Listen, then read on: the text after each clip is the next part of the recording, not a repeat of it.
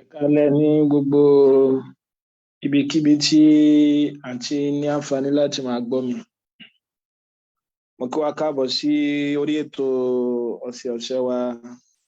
ẹwà ìṣirò, bí tí a ti ń ṣàlàyé fúnra wa ìwé ọ̀jọ̀gbọ́n yẹn, ọ̀jọ̀gbọ́n K. Stroud àti Dexter Booth. So pẹ̀lú ògo Ọlọ́run bá a máa mú ní kánmọ́kánmọ́. So níbi tá a dúró sí ní ọ̀sẹ̀ tó lọ,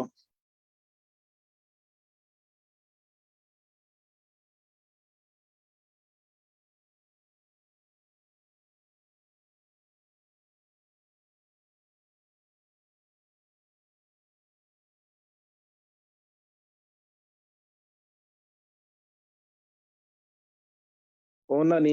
ní frame 9, ẹ má bínú kìí ṣe frame 13, frame. A má gbàgbé o, ẹ rí pa ṣàlàyé fún wa pé tá bá ní trigonometry,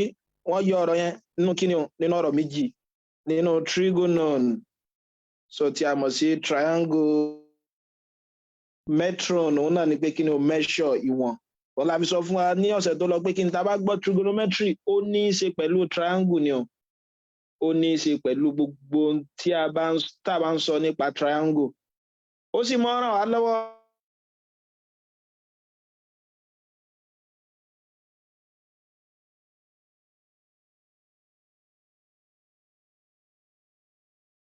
lọ́wọ́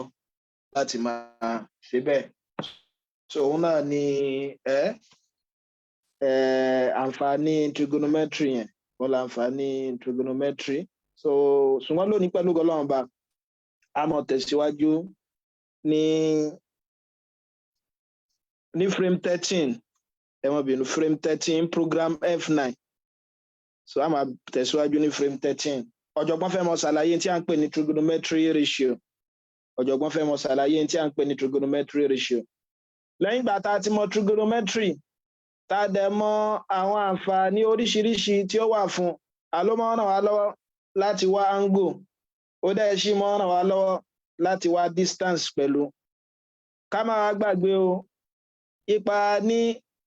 triangle lóríṣiríṣi, a lè ṣèpín wọn bóyá pẹ̀lú size wọn ni o, tí a mọ̀ sí length tí wọ́n ní, tàbí pẹ̀lú angle wọn. Ẹ rí pé a sọ fún wa pé tó bá yẹ pé a fẹ́ mọ̀ ṣàdáyanrí wọn pẹ̀lú side tí wọ́n ní, a ní tó bá yẹ pé side mẹ́tẹ̀ẹ̀ta wa ti papọ̀, in tá à ń sọ òun náà ni pé kíni o, equilateral triangle. Tá yẹ pé side méjì náà ló ṣe kíni o, ló equal nínú triangle wa, alámọ̀ ní isosceles triangle. Tí ó bá sí side tó papọ̀ rárá, àlá ní kíni o, scalene triangle. Bákan náà wẹ̀ a lè tún ṣàdáyanrí wọn pẹ̀lú àwọn angle tí wọ́n ní.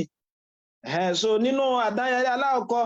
tó bá yẹ pé angle la fẹ́ fi mọ̀ ṣe ìpín wọn, òun náà ni a ní acute angle, acute triangle. A ní àwọn triangle tó bá jẹ́ pé wọn ò tó, tó bá yẹ pé wọ́n ní kíni o, wọ́n ní àwọn triangle yẹn tó yẹ pé àwọn angle kọ̀ọ̀kan nínú triangle yẹn tí ò bá tó 90 degree. So òun náà ni pé acute angle. Tá bá ní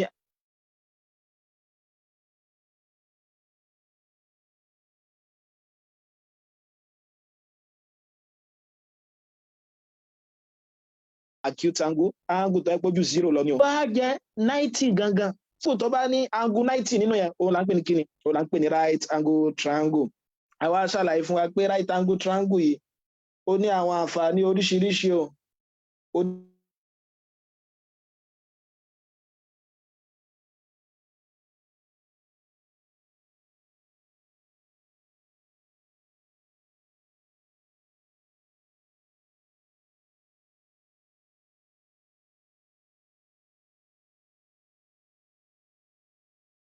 Ní àwọn àǹfààní oríṣiríṣi. So nínú àwọn àǹfààní bá máa ń lò, a máa fi ń ṣiṣẹ́ jù ọ̀run láti máa wá ẹ̀gbẹ́. Ìgbà tó ti wá yọ angle nínú, tí a mọ̀ sí kíni o, tí a mọ̀ sí 90 degree. So ti a bá wọn. Ẹ wá rí ibi tí triangle mi kọjú, right angle mi kọjú sí, ẹ mọ̀ pé right angle yà ti sọ pé 90 degree kọjú sí, ó ló kọ̀ọ̀kan tá a mọ̀ pé òun lá mọ̀ pé ní hypotenuse. Hypotenuse. Ká tún mọ́ gbàgbé bákan náà, ipe gbogbo ìròpọ̀ angle tí máa ń bẹnu triangle 180 ni o. Àjá sí pé mo tún lè ní angle mi bí báyìí. So tí bá ní angle mi bí báyìí, ibi tí angle yẹn bá kọjú sí, òun la mọ̀ pé ní opposite. Ẹ rí ẹgbẹ́ ẹlẹ́ẹ̀kẹta, òun náà ní kíni o, òun náà ni adjacent. Ajá sí pé mo lè ní opposite, hypotenuse àti adjacent. Ká má gbàgbé lẹ́ẹ̀kan sí ibi tí right angle triangle mi bá kọjú sí mo pè ní hypotenuse. So ẹ̀rí ibi tí angle bá kọjú sí òun náà ní kí ni opposite. Ó ti yé wa hàn. So ìyókù ẹlẹ́ẹ̀kẹta òun la mọ̀ pé ní kí ni o adjacent side. Adjacent side. Ǹjẹ́ tí eléyẹn bá ti yé wa?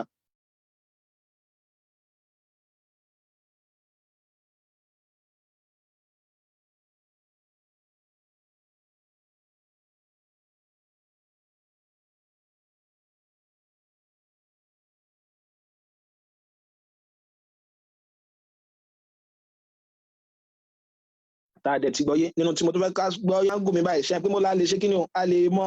sọ àwọn angle pẹ̀lú àwọn tí angle wa bá kọjú sí side rẹ̀ tá a bá fẹ́ ṣe kí ni o tá a bá fẹ́ mọ sọ nípa side wọn yẹn òun náà nípa máa lo lower case letter láti fi ṣe ajá sí pé lè mọ jẹ́ a.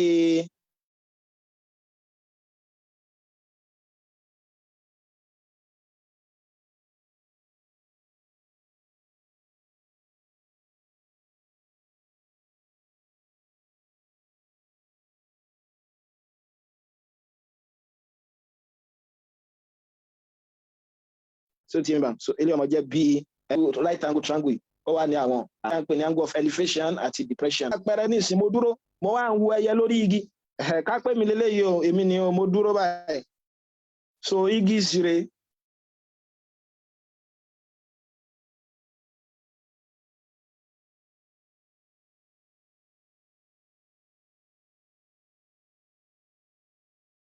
kan ni mo form pẹ̀lú tí a ń pè kí ni o pẹ̀lú horizontal mi so ti ẹ pé a ní vertical ní line tó ẹ pé ó ràn láti kí ni o láti north to south so ti ẹ bá wọn so ti horizontal ní eléyìí so vertical horizontal so ẹ rí i pé mo make angle kan pẹ̀lú ìwòye mi ìwòye sí mi ìwò igi mi àti kí ni o àti horizontal mi so ti yé bá ẹ rí i pé angle kan lélẹ́yìí o tẹ bá ṣàkíyèsí wọn ẹ rí i pé side kan lélẹ́yìí mo lè túmọ̀ side eléyìí náà bóyá wọ́n fẹ́ mọ̀ bóyá bí bó ní igi ṣe kí ni o bó ní igi ṣe ga sí láti ibi ojú mi mo bó ti yá bá wọn so wọ́n fi máa sọ pé angle of elevation is angle between the observer lines of sight and the horizontal so ti yá bá wọn so nínú àwọn tí ó tún mọ̀ ọ̀nà lọ láti mọ̀ wá òun náà ní kí ni o òun náà ní right angle triangle bó ti yá bá wọn right angle triangle nínú àwọn àǹfààní oríṣiríṣi tó nìyẹn ẹ wá rí i pé nígbà mìíràn a lè fẹ́ wá ratio side kan sí side kejì tóra ti mọ̀ pé side mẹ́ta la nínú right angle triangle wa a níbi tí right angle bá kọjú sí òun ni hypotenuse níbi tí angle yẹn angle tí wọ́n bá fún wa bẹ́ẹ̀ bí theta bí àpèjúwe nínú ní tí mo yà kalẹ̀ yìí alóhùn ní opposite àdẹ̀sọ fún wa pé ẹlẹ́ẹ̀kẹta òun ni adjacent bó wá ní ká pé ń bá fẹ́ mọ divide side kan pẹ̀lú side mìíràn pẹ̀lú àpèjúwe nísìn ẹ rí i pé bẹ́ẹ̀ nísìn mo fẹ́ ní adjacent divided by opposite gẹ́gẹ́ bí àpèjúwe ni o ẹ pa ní tá a bá ń divide tí n bá ní p divided by q ṣe ń pé tá à ń ṣe ń bẹ̀rẹ̀ ní kíni o à ń pè ní ratio tá a bá ní ratio tó máa ní ratio nǹkan kan pé a ratio b òun náà ni pé kíni a divided by b so ti máa àti bẹ̀ ni wọ́n ti yọ kíni o àti bẹ̀ wọ́n ti yọ trigonometric ratio ẹ̀ ń pé trigonometric ratio náà ni pé tó wáyé pé ẹ̀ ń divide apá kan nínú right angle triangle yìí pẹ̀lú apá mìíràn nínú right triangle yìí so in tá a ní ń bẹ̀ yẹn kíni o òun náà là ń pè ní kíni o trigonometric ratio òun là ń pè ní trigonometric ratio ìjẹ́ tẹ́lẹ̀ yẹn bá yé wa ẹ̀ wá rí trigonometric ratio yìí o a lè wá mẹ́ta nínú àbí kí n sọ pé kí ni function trigonometric ratio mẹ́ta la sábà máa ń lò nínú trigonometry wa ẹ rí àwọn function yìí mẹ́ta yìí wọ́n ṣàǹfààní lọ́pọ̀lọpọ̀ bó tilẹ̀ jẹ́ pé nínú mẹ́ta wọn a tún lè fa mẹ́ta mìíràn yọ tí wọ́n fi pé mẹ́fà lápapọ̀ tó ti yé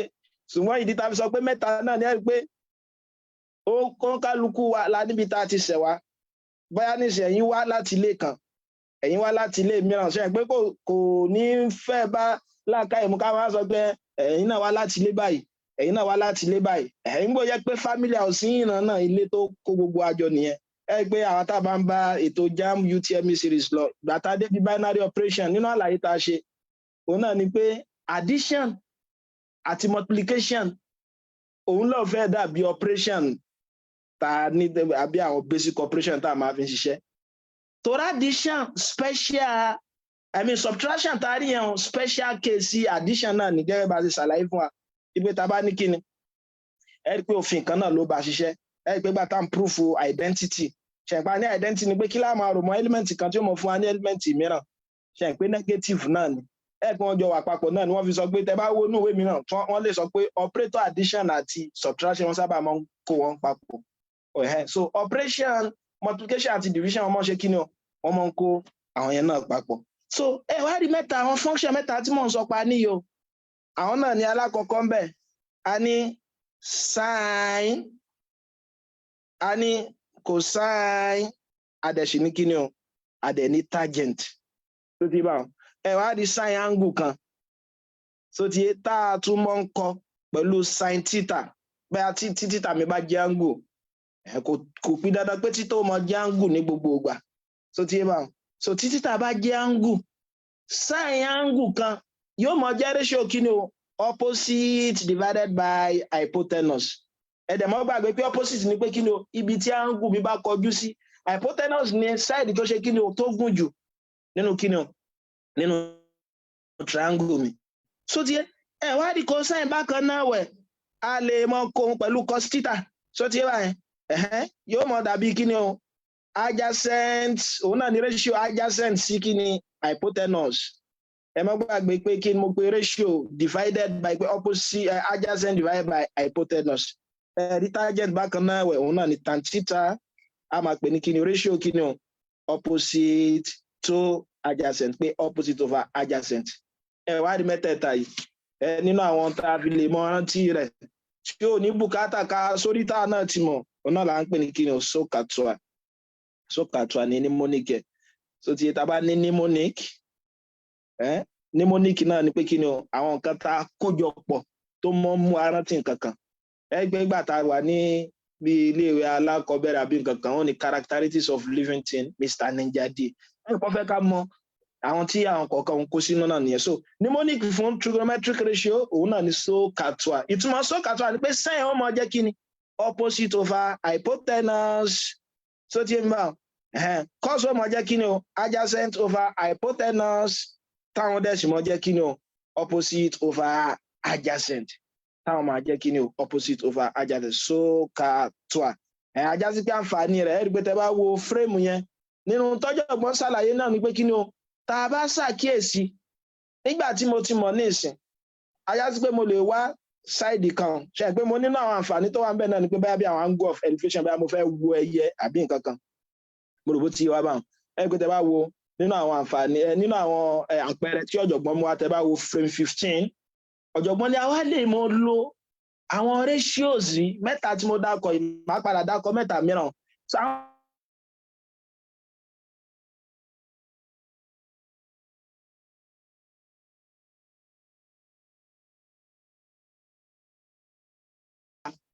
length 3 meter bẹ́ẹ̀ àbá ní ládà kan ẹ̀gbọ́n yàwòrán ẹ̀jẹ̀ mi náà yàwòrán tó yà ẹ̀ pé àwòrán tí ọ̀jọ̀gbọ́n wa tàbá wo frame 15 wa a nírò nǹkan báyìí o adé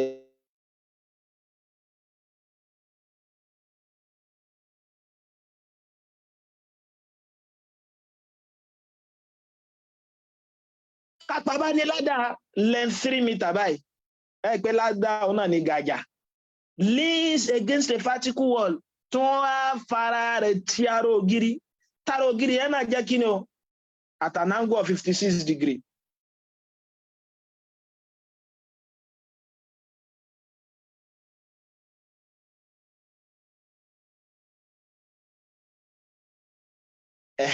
Mo wá na gàjà ṣe pé gàjà bí ó ṣe lọ lélẹ́yìí àbí ń tẹ́ mi mọ́ tí ẹ̀yin mọ́ ń pè ó so mo á na gàjà mi lọ gàjà yẹn wá jẹ́ 56 degree mo dẹ̀ sọ pé angle yẹn yóò mọ̀ ṣe déédéé pẹ̀lú horizon. Mo rò bóyá wa báwọn ajá sí pé angle mi wá ń bí báyìí òun náà ló jẹ́ 56 degree pẹ̀lú tọ́jọ̀gbọ́n sọ ṣùgbọ́n wọ́n ní kí ni o ládàá iná wà ní length 3 meter so ti máa vertical wall yẹn angle tó ṣe déédéé pẹ̀lú horizontal yẹn òun náà jẹ́ kí ni ó jẹ́ 56 so ọ̀jọ̀gbọ́n wà ní kí ni o àwa lè mọ height ládàá yẹn gbòrògbò tí a bá a lè mọ ntí height vertical height ládàá yẹn a lè mọ wa ṣe pé vertical height ládàá yẹn kápá mo fẹ́ wá bí vertical height ládàá ṣe wà òun náà lélẹ́yìí kápá fi ṣe v gẹ́gẹ́ bí àpèjúwe ẹ rí i pé mo ti mọ 3 meter yìí o ẹ rí i pé léyìí òun ní right angle mi o adẹ sọ fún wa pé bí tí right angle bá kọjú sí òun náà ní kí ni o hypotenuse mo rò bó ti wá báwọn angle wa ní ibi tó kọjú sí òun náà ní opposite adẹ ti sọ àwọn trigonometry ratio mẹ́ta fún wa a ní so a ní ká adẹ ṣiṣẹ́ kí ni o a ní tua ẹ pé tẹ bá ṣàkíyèsí nínú àwọn mẹ́tẹ̀ẹ̀ta yìí ìta ní nínú triangle mi ń bí báyìí mo ní opposite mo dẹ̀ sì ní hypotenuse ẹ rí i pé o ló ṣe déédéé pẹ̀lú wọn ṣé tua ni àyọrọ o kì í ṣe tua ṣé ká ni kì í ṣe ká kí ni o so nítorí a ní oh ajá sí pé trigonometry ratio tá a fi lè wá ẹ̀gbẹ́ tọ́jọ̀gbọ́n gbé wá nínú ìwé wọn yìí òun náà ní kí ni o òun náà ní sine mo rò bó ti yà báwọn òun náà ní sine so ajá sí pé yóò máa jẹ sine theta is equal to what opposite divided by hypotenuse ajá sí pé tí wọn bá fún wa ní opposite hypotenuse ká pé wọn ò fún wa ní lẹ́ǹfì ládà yẹn ṣùgbọ́n tí wọ́n fún wa òun náà ní pé kí ni horizontal level mi ká pé wọ́n fún mi ní 4 centimeter mi báyìí àbí wọ́n fún mi ní 3 ẹmọbìnà wọ́n fún mi ní 3 centimeter mi báyìí ẹ rí i pé tó fún wa sìn opposite àti adjacent ẹ kọ opposite àti adjacent ẹ rí i pé ìyìn tó ṣe déédéé pẹ̀lú nínú àwọn trigonometry ratio mẹ́tẹ̀ẹ̀ta òun náà ní kí ni o òun náà ní tua ajá sí pé tàn lẹ́mọ̀ ló ń bẹ̀ yẹn ní tí mo sọ lédè kúkúrú òun náà ní pé kí ni o tẹ́ ẹ bá ń ṣiṣẹ́ lọ bóyá angle of elevation yà bí angle of depression yẹn tẹ́ bá ti ya kíní tẹ́ ti ya right triangle yẹn tán ẹ wá wo side tí wọ́n fún yín side tí wọ́n fún yín òun ni ó mọ̀ sọ trigonometry ratio tẹ́ ẹ mọ̀ ló ń bẹ̀ mo rò bó ti ń bá ajá sí pé tá a bá fẹ́ tẹ̀síwájú nílé pẹ̀lú tọ́jọ̀gbọ́n ṣe so opposite kí ni opposite mi o v òun la fẹ́ wá mo bó ti mi bá hypotenuse okay 3 meter bí yóò jẹ́ 3 meter a wá ṣe síwájú sí ajá sí pé mo lè sọ títà ní angle tí wọ́n fún mi ẹ má bínú yóò jẹ́ sin 56 ó wá jẹ́ sin 56 degree is equal to v divided by 3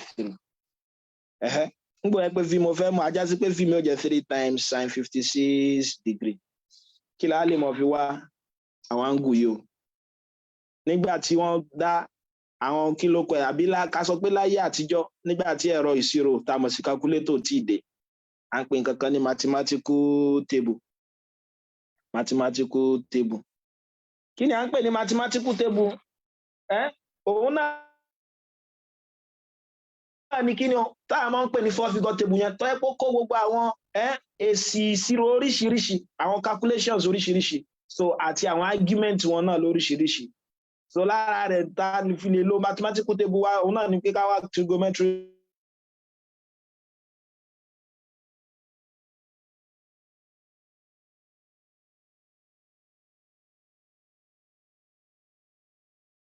so òun náà ní pé kí ni àwọn òṣìrò tó wá ń gbà àwọn nígbà tí ò tí ì sí ẹ̀rọ tá a fi lè ṣe àwọn wọ́n ti ṣe ìgbìyànjú lórí àwọn kíni ẹ pé tó bá fẹ́ wò ọkàn lọ sí tébù láti lọ wò ni ṣùgbọ́n lọ́ọ̀ ti ṣayé dẹ̀rọ ẹ rí i pé a ti ní ẹ̀rọ ìṣirò àbùkátà inú mathematical table wa mọ́ inú tá a lè ṣe òun náà ní pé kí ni ká tẹ calculator wa ẹ pé tá a bá tẹ calculator wa so pé sin 56 bẹ́ẹ̀ ṣe tẹ òun náà ní pé ẹ tẹ sin nínú calculator yẹn wà tẹ 56 yẹn sí ṣùgbọ́n ẹ gbọ́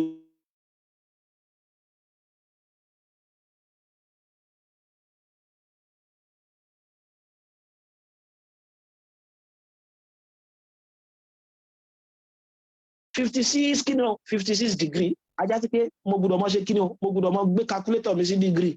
tẹ́ ẹ bá gbé calculator yín sí degree tó ẹ pé radian ló wà tẹ́ fẹ́ wá gùn yín ní degree èsì tí ó mọ̀ gbé kò ní ṣe kí ni o kò ní dáhùn so ajá sí pé sin 56 mi bí wáyé fi mi máa jẹ 3 times 0.82903 so ti ẹ rí pé tẹ́ bá multiply rẹ̀ pẹ̀lú ara yóò mọ jẹ́ 2.49 meter yóò mọ jẹ́ 2.49 meter òun náà ni ọ̀jọ̀gbọ́n ṣàlàyé ní frame 15 tẹ́ bá wo frame 16 bákan náà wẹ̀ so òun náà ni pé kí ni o tó bá jẹ́ pé ládàá yẹn tó bá jẹ́ pé ó ní length L so ti tó wá wọ́n náà sí kí ni o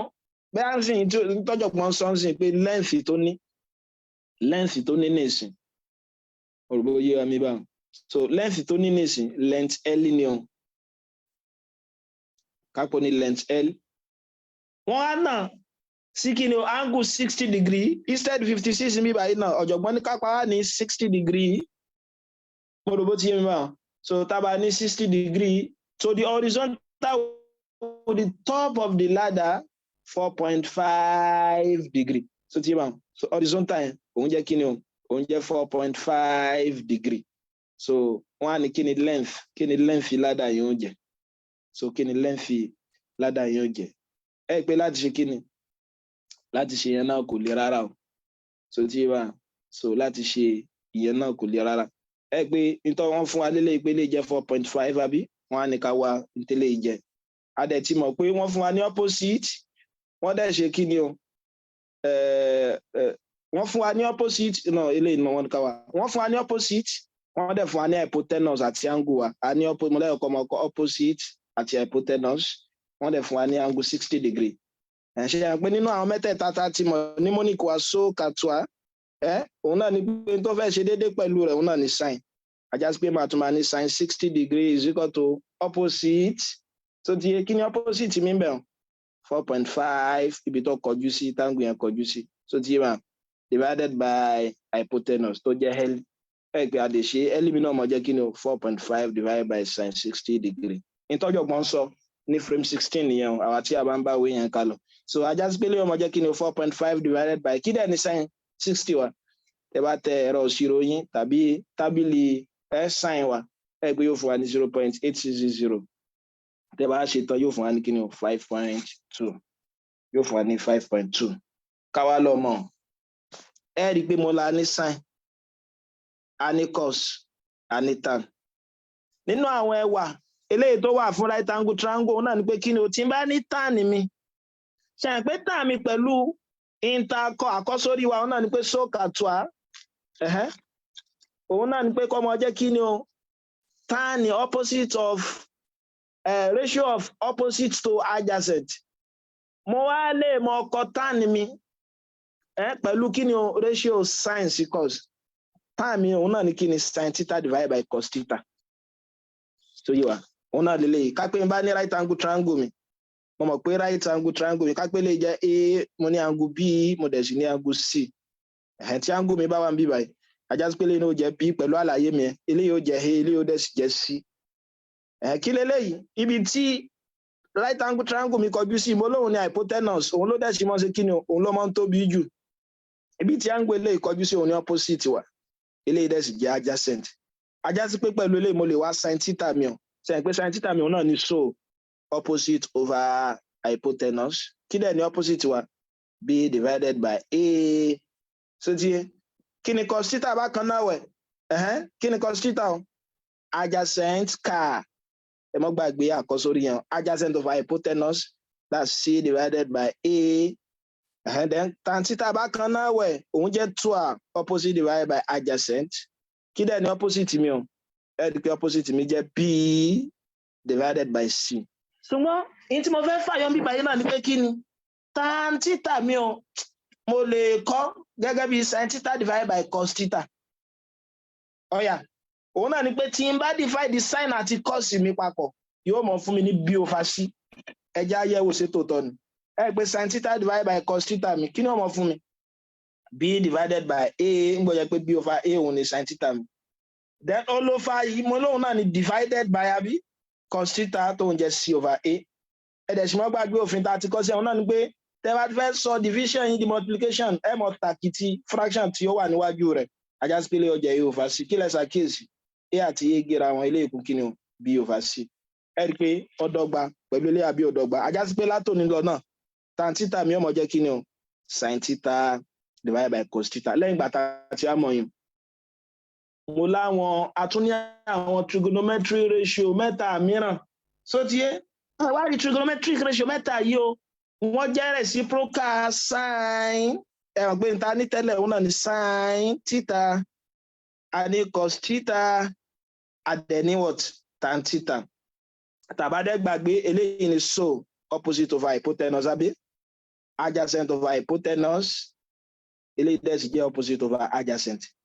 Wá rí tí wọ́n bá ní reciprocal ṣe ẹgbẹ́ tá a ti kọ́ reciprocal náà ní pé 1/5 nǹkan kan so tí yé báwọn tàbí ká pè ní inverse multiplicative inverse. So àwọn mẹ́ta tí mo tún la ní o òun náà la máa pè ní kí ni o cosecant secant àti cotant so tí yé báwọn tó yẹ pa lè mọ ọkọ gẹ́gẹ́ bí kí ni o cosec theta ẹjẹ ń lo gègé mìíràn cosec theta sec theta cot theta ẹ̀rí pé ó ti ń pọ̀ ju àbùkátà láti há òun náà sórí tẹ́ ẹ bá ti mọ ọ̀nà tó pín sí ẹ̀rí pa ní cosec a ní kí ni o a ní secant a dẹ̀ ní cotant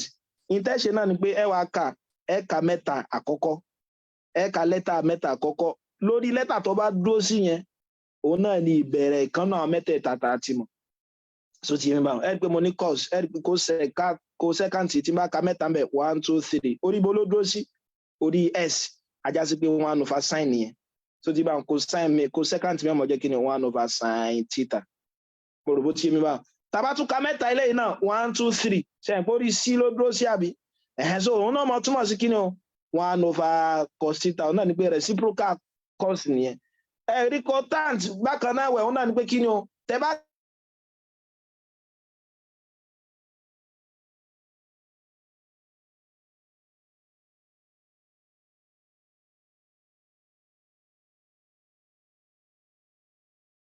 ká mẹ́ta bẹ̀ náà 1 2 3 orí tó ẹ̀rí pé mnemonic wa nísìn ó ti wá kí ni mo tún ti ní kun kò yí pé inverse sin tàbí ká ní reciprocal sin òun náà ni pé kí ni o òun ni cosecant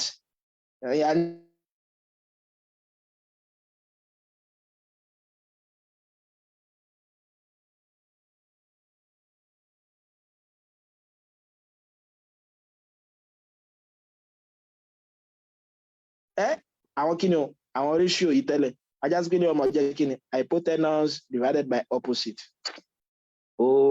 ẹ dákun ṣàgbọ́ yìí báwọn so kí ni wà ní cos theta mi náà mo mọ̀ pé òun náà jẹ́ kí ni adjacent divided by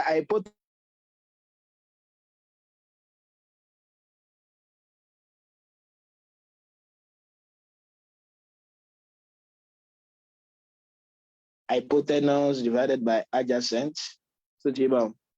tan theta òun náà ni opposite over adjacent tí a mọ̀ sí 2 ajá sí pé cotant tí a mọ̀ sí cot theta so ti adjacent over opposite àbùkátà láti àkàkàn sórí kákàmọ́ eléyìí so kàtúà kò ṣàkàù so ti bá mẹ́fẹ̀ẹ̀fà yẹn ní ọmọ àrùn wa lọ́wọ́ láti mọ̀ wá kí wá láǹfààní àwọn eléyìí ìgbà tá a bá dé trigonometric identities a mọ àǹfààní wọn so òun náà lọ́jọ̀gbọ́n wá ń ṣàlàyé ní frame 17 ìgbà tó fẹ́ sọ̀rọ̀ nípa reciprocal ratios ó ní lẹ́yìn mẹ́ta tá a ti mọ̀ a tún ní mẹ́ta mìíràn gẹ́gẹ́ mo sì ṣàlàyé tí a mọ̀ sí cosecant a ní secant a dẹ̀ sì ní kíni o a dẹ̀ ní cotangent tí a mọ̀ sí cotangent mọ̀ bó ti yá bá so fálù wọn òun náà ni pé tẹ bá fẹ́ wá ìyàwó pé máa kọ́kọ́ wá intí sin mi jẹ́ náà lẹ́yìn tí sin mi bá jẹ́ ká mo fẹ́ tẹ̀ sí calculator tí bá ti tẹ sin bẹ́ẹ̀ mo fẹ́ wá cosec 56 omi ìpè máa kọ́ tẹ sin 56 náà màá ṣe ní kí ni inverse answer tí n bá get yẹn mo ti so àwọn calculator mìíràn wọ́n ní kí ni tó lè wà directly báyìí wọ́n ní tí ó lè wà directly báyìí ìjẹ́ tẹ́lẹ̀ ẹ̀ bá yé wa ẹ rí i pé n tó kùn òun náà ni pé kí ni o tẹ bá wo frame àwọn kí ni ọ̀jọ̀gbọ́n ṣàlàyé bẹ́ẹ̀ sì lè ṣe kí ni o bẹ́ẹ̀ sì lè wo tẹ̀hún náà sínú calculator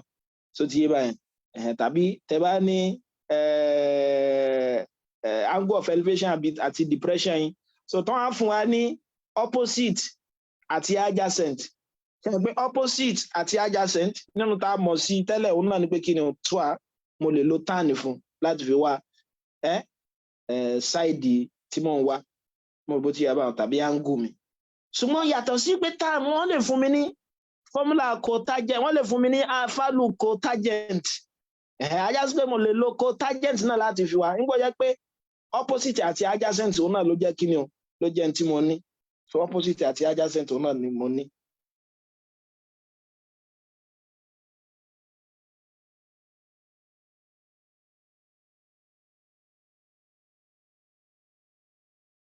mo rò bó ti yá báyìí so ọ̀jọ̀gbọ́n ọ̀hún ṣàlàyé tí a ń pè ní Pythagoras theorem Pythagoras theorem yìí nínú àwọn theorem tó yẹ kó ṣe pàtàkì nínú trigonometry wa ni o sẹ́yìn pé nínú tí mo ṣàlàyé a ní trigonometry yóò mọ̀ ràn wá lọ láti mọ̀ tàbí distance a dẹ̀ nínú àwọn triangle tó eléyìí tí ó ṣe pàtàkì tá a mọ̀ ń lò jù náà ní right angle triangle ẹ wá rí Pythagoras theorem yìí nínú àwọn theorem tó ṣe pàtàkì náà ni o ó máa ràn wá lọ́wọ́ bóyá mo bá ti mọ side méjì nínú triangle mi mo á fẹ́ wá side ẹlẹ́ẹ̀kẹta ẹ̀ ṣe pé àwọn trigonometric ratio yẹn tó ń ṣàlàyé fún wa náà ni pé kí ni o bá tí wọ́n bá fún mi ní angle kan àti side kan mo lè wá side ẹlẹ́ẹ̀kẹta tàbí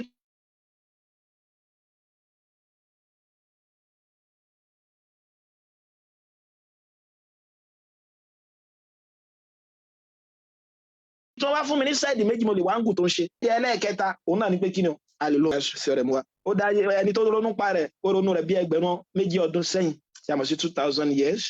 tó ti bá wọn nínú àwọn tó rí bẹ́ẹ̀ náà ni pé kí ni o lórí right angle triangle náà ni o a ti mọ̀ pé right angle triangle mi lélẹ́yìí o mo mọ̀ pé hypotenuse mi lélẹ́yìí àbí ká pé mo ní angle kan bíbá mo mọ̀ pé opposite lélẹ́yìí tẹ́lẹ̀ dẹ̀ sì jẹ́ adjacent in tí ẹni tó discover rẹ̀ tí wọ́n sọ lórúkọ Pythagoras òun náà ni pé kí ni o tí n bá ya square sí bíbá yìí square tá a ti mọ̀ òun náà ni o so tí mi bá tí n bá ya square sí bíbá yìí tí n bá ya square sí bíbá yìí náà tí n bá dẹ̀ sì ya square sí bíbá yìí náà tẹ́ bá pa square ibíbá yìí papọ̀ àti square ibíbá yìí papọ̀ tẹ́ bá rò wọn papọ̀ yóò mọ̀ fún yín ní square eléyìí so tí yé bá wọn so n tí wọ́n ṣe lórí ẹni pé kí ni o tá bá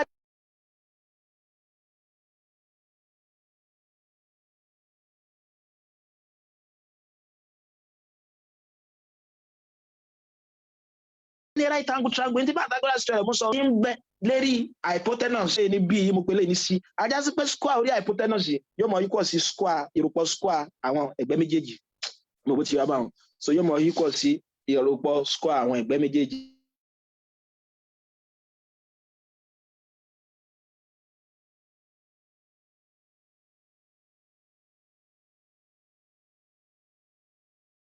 so ti báwọn máa ní kí àwọn square mọ wà lórí àwọn ẹ̀gbẹ́ mẹ́tẹ̀ẹ̀ta yẹn ẹ̀gbẹ́ tó tóbi jù yẹn square tó wà lórí rẹ̀ yẹn yóò mọ ṣe déédéé pẹ̀lú ìròpọ̀ square ẹ̀gbẹ́ méjèèjì yòókù.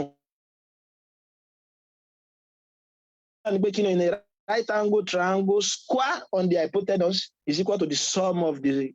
square of other two sides so ti bá wọn so sum of the squares of other two sides nínú tí ó jà gbọ́ yóò náà ní pé kí ni ìmọ̀ ilé yìí nìsín pé tí n bá ní 3 bí báyìí tí mo dẹ̀ sì ní 5 bí báyìí 4 bí báyìí 1 ní kí n wá x rí pé right angle triangle ni wọ́n fún wa yìí o àdẹ̀ ní side mẹ́ta side alákọ̀ọ́kọ́ mi bí báyìí òun ní 3 side ẹlẹ́ẹ̀kejì 4 side ẹlẹ́ẹ̀kẹta àmọ́ afẹ́ wa àdẹ̀ní tí yóò mọ rọrùn fún wa láti mọ wá òun náà ní kí ni o a lè lo Pythagoras theorem fún kí wá ní Pythagoras theorem sọ òun náà ní pé kí ni o square tí ń bẹ lórí side tó tóbi jù yẹn tí a mọ̀ sí hypotenuse òun náà ní pé x square yóò mọ dọ́gba pẹ̀lú kí ni o ìròpọ̀ square àwọn ẹ̀gbẹ́ méjèèjì yòókù 3 squared plus 4 squared mo rò bó ti rí bá ń sọ ajá sí pé lọ́mọ jẹ́ x square is equal to 9 plus 16 mo rò bó ti rí bá ń x square will now be 25 so tí x square bá ti jẹ́ 25 ajá sí pé mo lè wá tí x mi ò jẹ́ x mi ọmọ jẹ́ square root of 25 tí ń ṣe 5 ajá sí pé ẹgbẹ́ kẹta yìí 5 ni o ẹ rí i pé nínú ọ̀nà tí ó já mọ̀ nípa rẹ̀ òun náà ni pé kí ni tí n bá ní triangle kan right angle triangle kan mo ní 3 bí báyìí mo ní 4 bí báyìí mo ní 5 bí báyìí so tí yé báwọn ṣe pé square níbí báyìí square 5 òun náà ní 25 àbí ṣe pé square 5 òun ní 25 square eléyìí òun náà ní 9 square eléyìí òun náà ní 16 ẹ pé tẹ́ bá rọra ya bí kápá níbi kíni o crate ẹyin tó á jẹ́ pé dọ́ọ̀tì tẹ níbí báyìí o ẹ ṣe tó jẹ́ pé kíni o ó fọ́ọ̀mù square tó jẹ́ pé ihò rẹ̀ ó jẹ́ 25 tó ti bá eléyìí tó jẹ́ pé ihò rẹ̀ jẹ́ 9 bẹ́ẹ̀ bí àpèjúwe mo nírú nǹkan báyìí so ti máa ṣe pé 9 ní àbí dẹ́ntẹ́lẹ̀ ìbá jẹ́ báyìí ẹ pé tàbákà yẹn náà tẹ́rì pé 16 ṣe pé eléyìí náà fọ́ọ̀mù square eléyìí náà fọ́ọ̀mù square tí n bá pa méjèèjì yìí papọ̀ mo rò bó ti yé mi báwọn tí n bá pa méjèèjì yìí papọ̀ ẹ rí pé yóò mọ̀ fún mi ní 25 so òun náà lélẹ̀ ẹ pé eléyìí ọmọ jẹ tí n bá kọ́kọ́ gbé mẹ́rẹ̀ẹ̀rin eléyìí wa 1 2 3 4 1 2 3 4 1 2 3 4 1 2 3 4 tí n bá yí eléyìí pọ̀ ẹ pé tí n bá ra yí òun náà pọ̀ màmá dírun nǹkan báyìí so tí n bá yóò wà lókè 1 2 3 4 ẹ̀rí tí mo ṣe ẹ̀ pé mẹ́rìnlá níbi ìbàyẹ̀ ra yí tẹ̀gbẹ́ ipò ṣe pé tá a bá yí ipò ajásíkò náà fọ́ọ̀mù ihò kan tẹ́pọ̀ lè wà ní òkè eléyìí àti ẹ̀gbẹ́ rẹ̀ ẹ̀ pé tẹ́ bá ka eléyìí papọ̀ yóò fún wa ní kíni o yóò fún wa ní 25 so yóò fún wa ní 25 ẹ lè ṣe gbìyànjú ẹ̀ láti ṣe wò ẹ wá rí àwọn nọ́mbà mẹ́tẹ̀ẹ̀ta yìí o tí wọ́n di tẹ́pọ̀ wọ́n satisfy Pythagoras theorem ẹ má gbàgbé lẹ́ẹ̀kan sí pé a ní 3 4 5 àbí ló satisfy Pythagoras theorem torí tí n bá square alákọ̀ọ́kọ́ tí mo rò pọ̀ mọ́ square side kejì yóò mọ̀ fún mi ní square ẹlẹ́ẹ̀kẹta pé 9 plus 16 òun náà ní 25 àbí wá ra àwọn nọ́mbà mẹ́ta tó yẹ pé wọ́n ṣe kí ni o tí wọ́n satisfy Pythagoras theorem yóò òfin yìí òun láà mọ̀ pé ní kí ni o Pythagorean triple so tí a máa pè wọ́n ní Pythagorean triple a máa pè wọ́n ní Pythagorean triple ajá pé Pythagorean triple òun náà ní pé kí ni o àwọn nọ́mbà mẹ́ta tó yẹ kó ṣe kí ni o tó yẹ kó satisfy Pythagoras theorem gẹ́gẹ́ bí àpèjúwe 3 4 5 níbí báyìí 3 4 5 Pythagorean triple kan ni o so tí nínú àwọn tó tún kọ́mọ́ jù pàápàá jùlọ fún àwọn ọmọléèwé gíga tá à ń tẹ̀lé wa lọ nínú àwọn tó tún kọ́mọ́ jù òun náà ní pé kí ni 6 8 10 ọmọ ń lò náà then 5 12 13 5 12 13 náà kọ́mọ́ torí tí bá 5 square plus 12 square ṣe pé 5 square jẹ́ 25 plus 144 yóò mọ̀ fún mi ní 169 tí ń ṣe 13 square. pẹ̀lú àwọn mẹ́tẹ̀ẹ̀ta yìí lásán mo lè generate àwọn kí ni o Pythagorean triple bóyá bí 1000 mo lè scale it up. so tiye tó bá jẹ́ pé ẹ bá multiply àwọn Pythagorean triple yẹn pẹ̀lú nọ́mbà kan náà á tún mọ̀ ní Pythagorean triple mìíràn. bí a mọ̀ pé 3 4 5 lélẹ̀ tí máa multiply àwọn nọ́mbà yìí pẹ̀lú 2 gẹ́gẹ́ bí àpẹẹrẹ ṣe pé màmá ní 6 8 10 mo ti ní Pythagorean triple mìíràn tó dáhùn nọ́mbà yìí tẹ́ bá ṣe wọ́n papọ̀ yóò fún yín ní yóò satisfy Pythagoras theorem bí àpèjúwe 6 square plus 8 square pé 64 36 plus 64 yóò mọ̀ fún wa ní 100 tí ń ṣe 10 square. látara eléyìí náà mo tún lè yọ Pythagorean triple mìíràn yọ bá mo multiply pẹ̀lú 2 yóò jẹ́ 12 16 20 mo tún lè yọ mìíràn láti bí báyìí ká tó mo multiply pẹ̀lú 3 yóò mọ̀ jẹ́ kí ni o 9 12 15 tó ti ẹ lè yọ Pythagorean triple oríṣiríṣi ẹ lè yọ Pythagorean triple oríṣiríṣi ká má gbàgbé o nínú kí mo lá lè mọ̀ táàfin lè mọ̀ wá Pythagorean àánú àwọn àǹfààní Pythagorean theorem náà ni pé kí ni yóò mọ̀ wá àwọn side yẹn ṣùgbọ́n ẹ tó lè lò fún ó gbọ́dọ̀ jẹ́ right angle triangle ìbéèrè lè wà nínú tó sábà mọ́ jáde fún àwọn ọmọ iléèwé gíga tó ń bá kíláàsì wa lọ bẹ́ẹ̀ nísìnyí wọ́n á yà nǹkan kan báyìí wọ́n yà nǹkan báyìí gẹ́gẹ́ bí àpèjúwe wọ́n á gbé 13 sí 5 12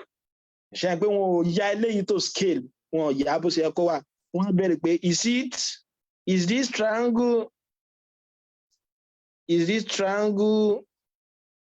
a right triangle pé ṣé right angle triangle ni ṣẹ̀dẹ̀ mọ̀ pé inú ta fi lè mọ̀ pé nǹkan jẹ́ right angle triangle náà ni pé kó satisfy Pythagoras theorem ajá sí pé máa wò pé ṣé àwọn nọ́mbà ìbẹ́ta yóò ṣe Pythagorean triple ni wọ́n bó máa ṣe mọ̀ wọ́n òun náà ni pé kí ni o square lórí àwọn sáìdì méjì ṣé yóò fún mi lórí ẹlẹ́ẹ̀kẹta ṣe pé 5 square bí báyìí yóò fún mi ní 25 plus 144 ẹgbẹ́ tẹ́ bá ra àwọn méjèèjì papọ̀ 169 tóun náà ṣe déédéé pẹ̀lú kí ni o square of 13 ajá sí pé ìgbà tó jẹ́ pé ìgbà tí n bá square side méjì tó wà ń fún mi ní square ẹlẹ́ẹ̀kẹta tí n bá ro square side méjì papọ̀ tó wà ń fún mi ní square side ẹlẹ́ẹ̀kẹta.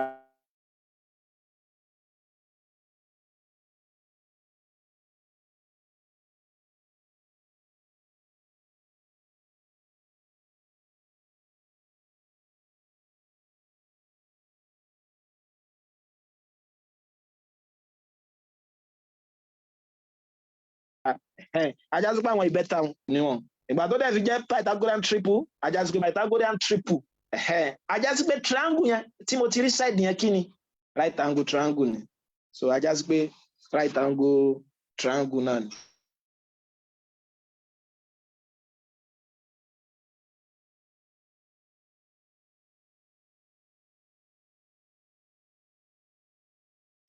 a ṣe lọ́nu calculator àbí tábìlì sáìnì wa so nínú àwọn àǹfààní Pythagoras theorem náà ni pé kí ni o yóò mọ ràn wá lọ́wọ́ láti lè wá àwọn angle kan tí a mọ̀ sí à ń pè wọ́n ní special angle àwọn special angle yìí mẹ́ta ni wọ́n nínú àwọn ìwé mìíràn wọ́n máa ń ṣàlékún rẹ̀ sí mẹ́rin so àwọn náà ní kí ni o 30 degree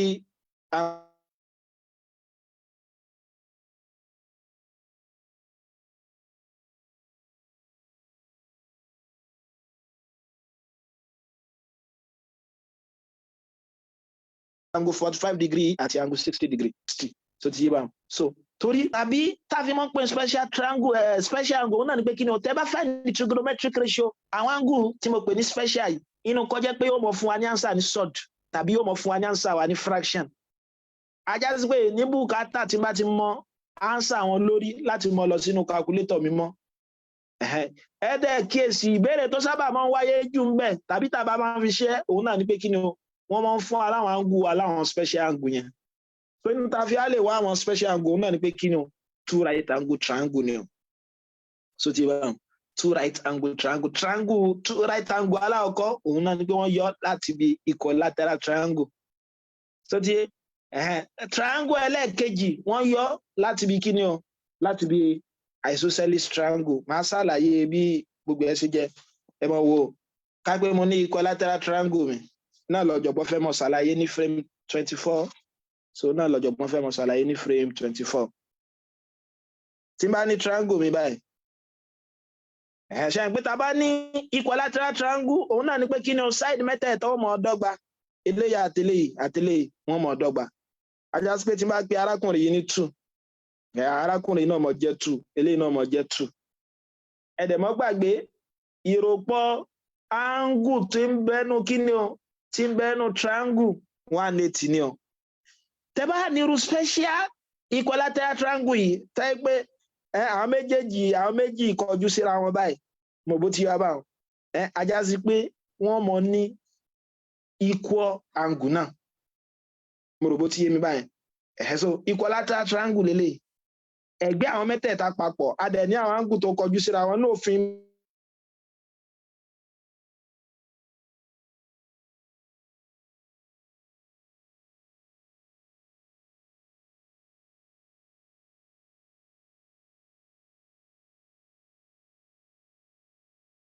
$60 degree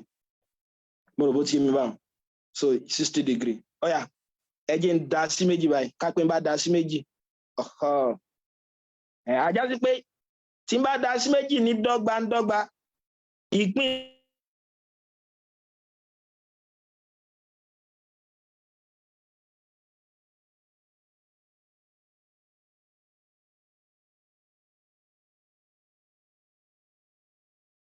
tí ń bá yọ ìpín kan jáde ṣe pé nínú rẹ̀ òun náà ni pé bíbá yìí jẹ́ kí ni o bíbá yìí jẹ́ 30 degree àbí sáìdì yìí jẹ́ 2 sáìdì yìí jẹ́ 1 mo rò bó ti ayé dẹ̀ mọ́ gbàgbé eléyìí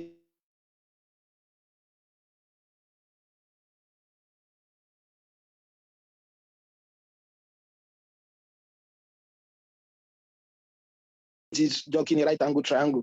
eléyìí mo lè ṣe kí ni mo lè mọ wá nígbà pé right angle triangle láti ní dẹ̀ mọ̀ ìpè tí mo bá fẹ́ find the triangle side ẹlẹ́ẹ̀kẹta kí ni màá mọ̀ lò màá máa lo Pythagoras theorem kí dẹ̀ ni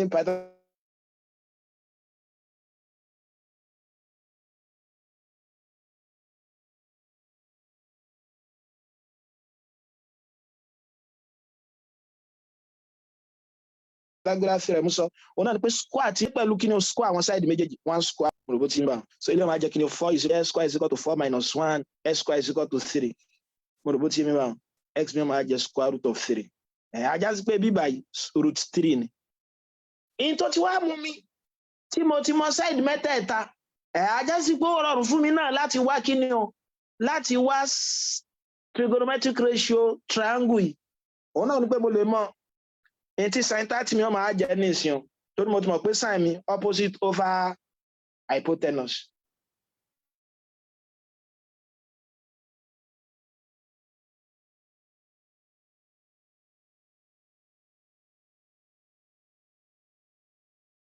láti lélẹ́yìí ẹ má bínú so angle 30 òun náà lélẹ́yìí ajá sí pé tí n bá ń consider angle yìí ibo ni opposite mi ó mọ̀ jẹ́ opposite mi ó mọ̀ jẹ́ 1 so tí n bá ń consider sin 30 so opposite mi 1 ni o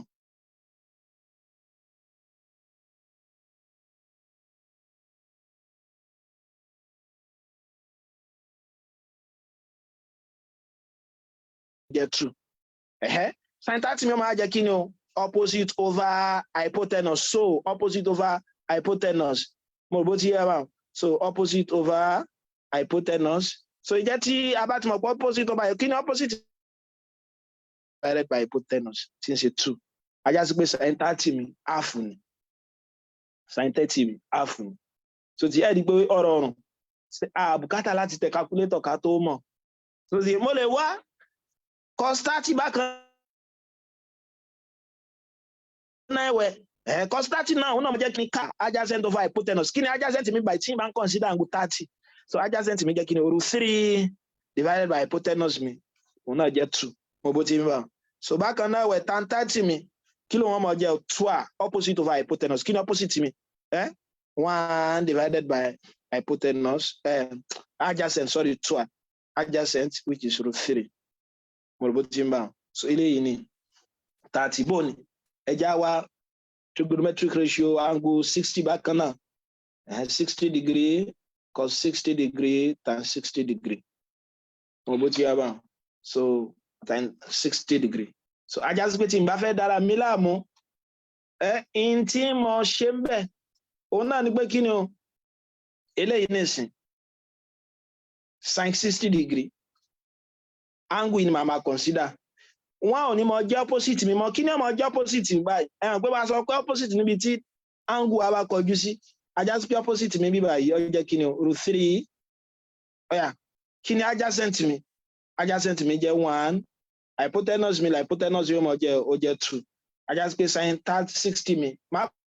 pa ẹ mọ́ kò bùkátà láti ya ilé ìsórí màá sọ̀nà tó yá fún abẹ mo fẹ́ ká mọ̀ bá ṣe ṣe so sin 60 mi yóò máa jẹ́ kí ni so opposite over hypotenuse. That's what root 3 divided by 2. Cos 60 car adjacent over hypotenuse. Kí ni adjacent mi? 1 divided by hypotenuse 2. So ti ba so tan 60 mi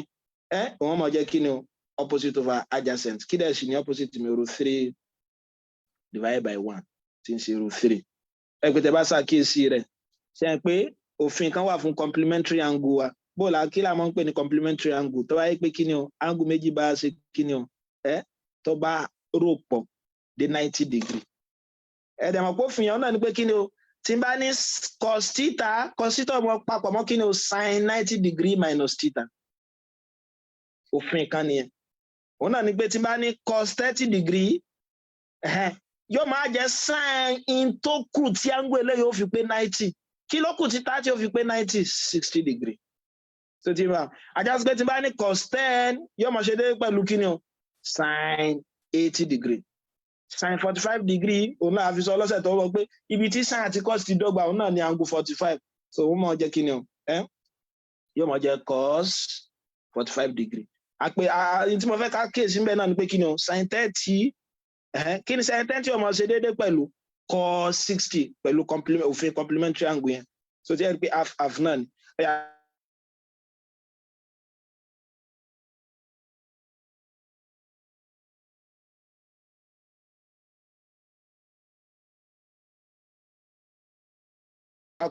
Half divided by root 3 divided by 2 tí ó máa jẹ́ half times 2 over root 3 ẹ pé 2 àti 2 gèlè kí ló kúnlẹ̀ 1 over root 3 tí ń ṣe déédéé pẹ̀lú ilé ẹ dákun ẹ jẹ́ ká dì mọ́ ọ̀yà àti mọ́ ti 30 àti 60 o bó wà ní 45 bó wà ní 45 láti mọ 45 náà ò lè rárá ní ọ̀nà tí ó yá tàfi lè mọ òun náà ni pé kápẹ́ bá ní square mi tó ti ń wà bá ní square mi ẹ gbé mo dẹ̀ ṣe tí mọ̀ ipe square mi mo lè yọ angle kan bí báyìí ká pé mo yọ angle bí báyìí angle bí báyìí ṣe pé square mi quadrilateral ni o so ti rí mọ́ so ìròpọ̀ gbogbo angle tó dẹ̀ ṣì wà nù rẹ̀ mo bó ti yọ bá ìròpọ̀ gbogbo angle eléyìí tó wà nù bẹ̀ 360 nígbò dẹ̀ sì jẹ́ pé side wọn papọ̀ tí side ẹ wo òfin eléjì tí mo sọ lẹ́ẹ̀kan náà ni pé ajá sí pé angle wọn náà yọ each angle yóò mọ̀ jẹ́ 90 ṣe pé length òun náà ni pé length square wa tàbá ní square wa length wọn mọ̀ papọ̀ ajá sí pé tẹ́lẹ̀ bá jẹ́ 1 eléyìí náà mọ̀ jẹ́ 1 eléyìí ó jẹ́ 1 eléyìí náà ó jẹ́ 1 so tí n bá dá eléyìí sí méjì báyìí tí n bá dá eléyìí sí méjì báyìí ajá sí pé eléyìí tó jẹ́ 90 tẹ́lẹ̀ yóò mọ̀ jẹ́ 45 mo rò bó ti ń bá ó yẹ jẹ́ ń gbé ìpín kan jáde ńbẹ̀ tí bá gbé ìpín kan ká pé ìpín eléyìí òun ni mo gbé jáde so tí mo sì ní 90 mi ń bí báyìí o so àgbọ́yé bá mo sì ní 90 mi ń bí báyìí o mo dẹ̀ ṣe kí ni mo ní 1 mo ní 1 mo fẹ́ mọ side ẹlẹ́ẹ̀kẹta yìí kí la fi lè mọ side ẹlẹ́ẹ̀kẹta pé mo gbàgbé eléyìí jẹ́ 45 degree eléyìí náà dẹ̀ sì jẹ́ 45 tá bá pín so tí so láti mọ side ẹlẹ́ẹ̀kẹta yìí a mọ̀ lo Pythagoras theorem àbí so òun náà ni pé kí ni o hypotenuse ni o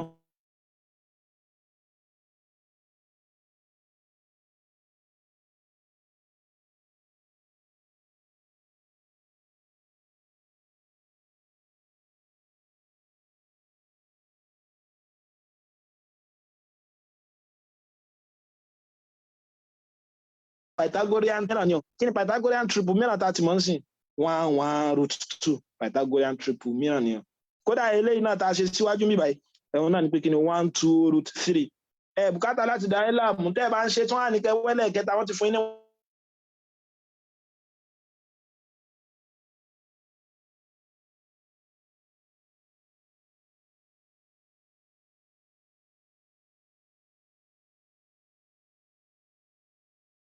One two ajá sí pé ìkẹta rẹ̀ ìdòwú so tí bẹ́ẹ̀ta kan náà bá tún wá kẹta òun náà mọ̀ jẹ́ root 2 láti bí báyìí ajá sí pé mo lè mọ sin 45 mi mo lè mọ cos 45 mi mo dẹ̀ sì lè máa mọ tan 45 mi kí ni sin 45 mi ọmọ jẹ́ ẹ mọ́ gbà.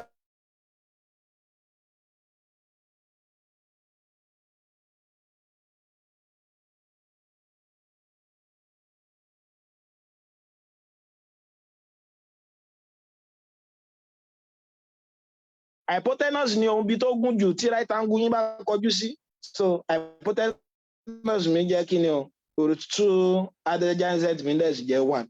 ajá sí pé sin 45 mi ọmọ jẹ́ kí ni so opposite over hypotenuse 1 over root 2 so ti yé báyìí kí ni cos 45 náà ọmọ jẹ́ cos 45 mi ọmọ jẹ́ kí ni o ka adjacent over hypotenuse 1 over root 2 bákan náà tan 45 náà ọmọ jẹ́ kí ni o 1 2 opposite over adjacent 1 over 1 mo ti ajá sí pé àti mo special rí pé ó rọrùn ká pé mo wá ya pé mo ní angle of elevation mi nìsín mo wá nírú nǹkan báyìí so ti ká pọ̀ horizontal mi lélẹ̀ angle tí mo rí pẹ̀lú horizontal àti vertical mi eléyìí jẹ́ 45 degree eléyìí wá jẹ́ 5 eléyìí jẹ́ x mo fẹ́ wá horizontal level mi pé bùkátà láti lo calculator mọ̀ kí ni màá ṣe màá kàn lo eléyìí ṣe pé mo ní opposite mo dẹ̀ sì ní adjacent ajá sí pé màá lo tan 45 degree is equal to 5 over s. Mo dẹ̀ sì ti mọ̀ pé tan 45 mi jẹ́ 1. Pé tẹ́ bá tún ṣàkíyèsí òfin tí mo mú wálẹ̀ kan òfin wípé sin theta is equal to cos 90 degree minus theta. Rí pé ó tún ṣiṣẹ́ bí eléyìí náà. pé sin 45 sẹ́yìn pé tó fi yẹn ń sọ òun náà ni pé kí ni yóò máa jẹ́ cos in tó kù tí angle sin ó fi pé 90 so ẹ̀rí pé tí ó fi pé 90 òun náà ni 45 yóò máa jẹ́ cos 45 so ti yé bá wọn ẹ̀rí pé kankan náà ni wọ́n ní àwọn ìbéèrè tí wọ́n sábà máa ń wáyé náà ni pé kí ni níbo wọ́n lè ní what is the value of theta where sin theta is equal to cos theta tàbí ẹ̀ ń ṣiṣẹ́ lọ ẹ̀kan rí sin theta is equal to cos theta tàbí ẹ̀ ń kàwé kan lọ wọ́n á ní sin theta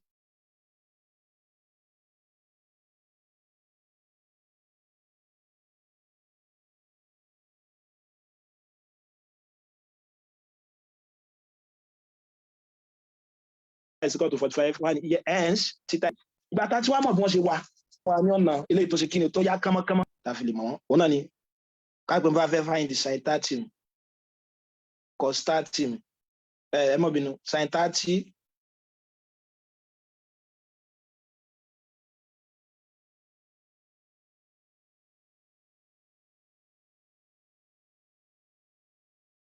sin 45 àwọn mímọ́ fún fi 0 sí àti 90 lè ṣe lílé ẹ kọ́kọ́ kọ́lẹ̀ báyìí màá tún kọ cos 30 cos 45 cos 60 degree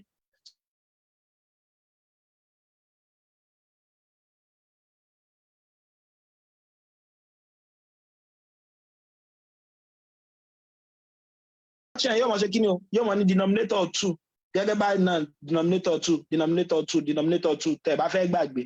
ẹ pé mo ti kọ fraction mo ní denominator 2 ṣé wá rí fún sin ẹ wàá máa gbé numerator rẹ̀ yóò máa bẹ̀rẹ̀ láti 1 yóò máa jẹ́ ilé yóò máa jẹ́ √1 √2 √3 so ti yẹ ṣùgbọ́n fún cos wọ́n máa bẹ̀rẹ̀ láti √3 yóò máa jẹ́ √3 √2 √1 ẹ pé √1 mi náà ní half ni o ilé yóò jẹ́ √2/2 √3 divided by 2 ilé yóò jẹ́ √3/2 √2/2 1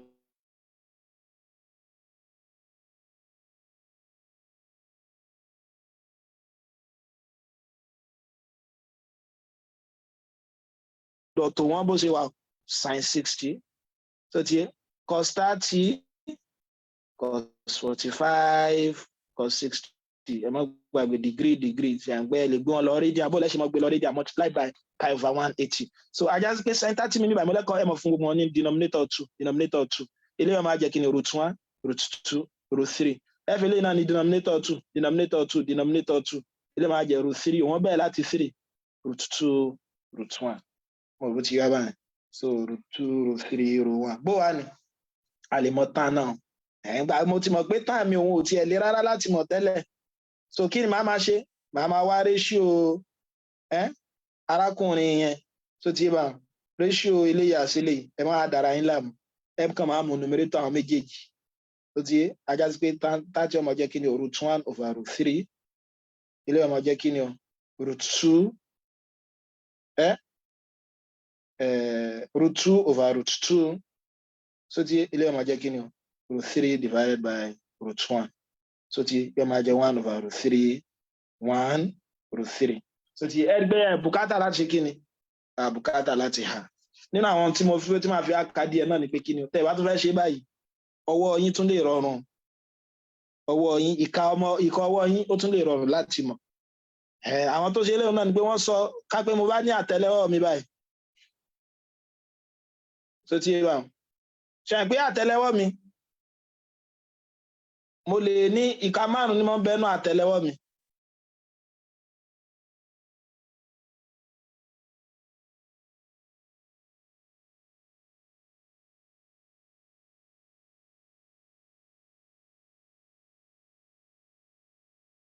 òrùka yẹmí ìka ọ̀dọ́gba bí 1 2 3 4 5 ó ti pé 5 àbí ẹ wá kọ láti bí báyìí ilé ọmọ àjẹ́ 90 60 45 30 0 degree tó ti kódà òun rọrùn tẹ́ bá ẹ lè fi wá nǹkan mìíràn tí è ṣe yàtọ̀ sí òun nìkan tó ti yé so ìtẹ́lẹ̀ yìí túmọ̀ sí náà ni pé kí ni o tó bá jẹ́ pé sin ni mo fẹ́ wá so ti yé báwọn tó bá jẹ́ pé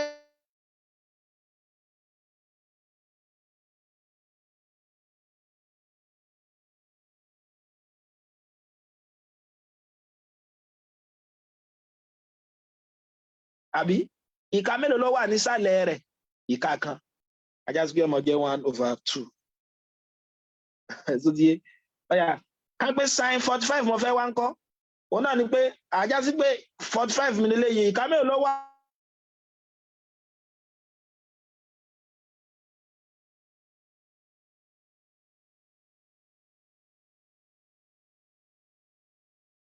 two mo bó ti yé máa √2/2 ọ̀yà cos 16 kọ́ sin 16 kọ́ ọ̀yà ìka yẹn ni ó ìka mélòó ló wà nísàlẹ̀ rẹ̀ 1 2 3 ajá sí pé òun náà mo jẹ́ √3 divided by 2 ló mo jẹ́ √3 divided by 2 mo bó ti yé mi báwọn bóun ká pé cos 1 ńkọ́ pélé a lè kọ́ 1/2 √2/2 √3/2 ní tí mo ṣàlàyé lẹ́ẹ̀kan náà bẹ́ẹ̀ ká pé cos 30 cos 45 cos 60 degree tẹ́ bá fẹ́ lo ìka náà fún ṣe ìpele náà a lè fi wá sin 90 o ṣe pé sin 90 náà ni pé màá wo ìka mélòó lélẹ̀ 1 2 3 4 kí ni sin 90 jẹ́ tẹ́lẹ̀ ṣe pé tá a ka ìkélé yìí ó jẹ́ 4 ṣùgbọ́n tẹ́ bá ní 4 ṣe pé a máa sọ pé 4/2 bẹ́ẹ̀ sin 90 ò ní fún wa ní 4/2 tó di ẹ̀wọ̀n sin 90 wa ọ̀yà ta ni ó sọ kí ni sin 90 wa ṣe pé tá bá ní tan 90 undefined bó ni tan 90 fi jẹ́ undefined torí pé cos wa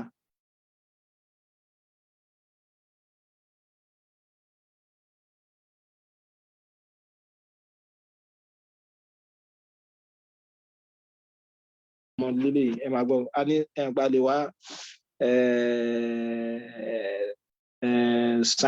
sin 0 ilẹ̀ ẹ̀dákun náà tá a gbọ́dọ̀ mọ̀ lágbárí nìyẹn sin 0 wa is 0 cos 0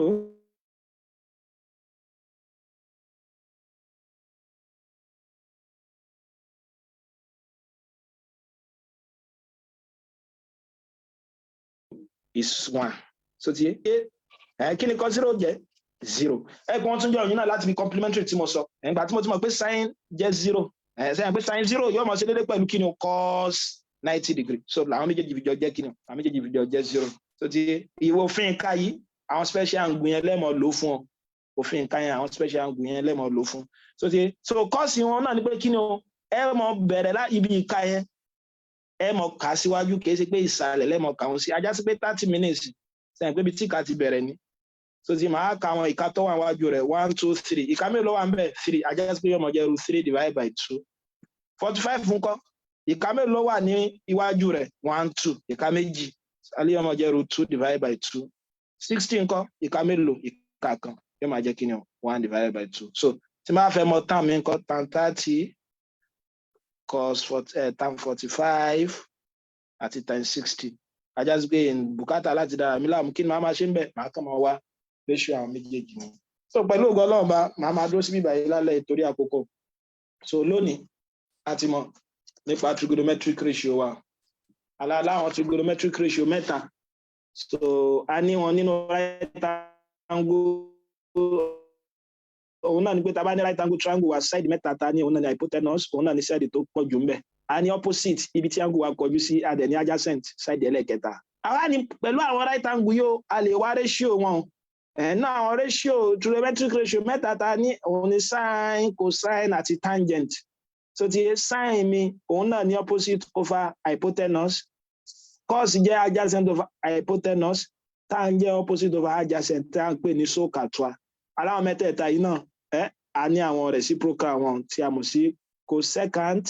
secant àti cotangent kò dẹ̀ sọ fún wa pa bùkátà láti àwọn eléyìí sórí so ká pé kí ni o ká pé kó secant mi lẹ́ẹ̀mọ̀ yìí tí ń ṣe ẹ̀kan ọkọ̀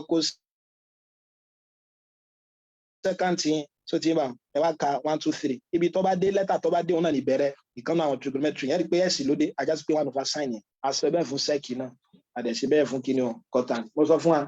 ipe nínú àwọn òfin eléyìí theorem tó tún rọ tó ṣe pàtàkì ní trigonometry òun náà ni Pythagoras theorem. Pythagoras theorem sọ fún wa tí bá ní side mẹ́tẹ̀ẹ̀ta ẹ̀ side square lórí hypotenuse yóò mọ̀ dọ́gba pẹ̀lú ìròpọ̀ square tó wà lórí opposite àti adjacent mi. Wọ́n á ní àwọn eléyìí ó rọrùn fún wa.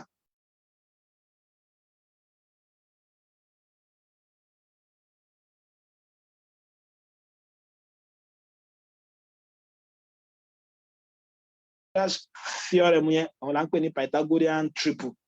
là ń pè ní Pythagorean triple ló ti yẹ láti ibi Pythagoras theorem yẹn àlàfi wá àwọn kìíní o special triangle trigonometric ratio àwọn special angle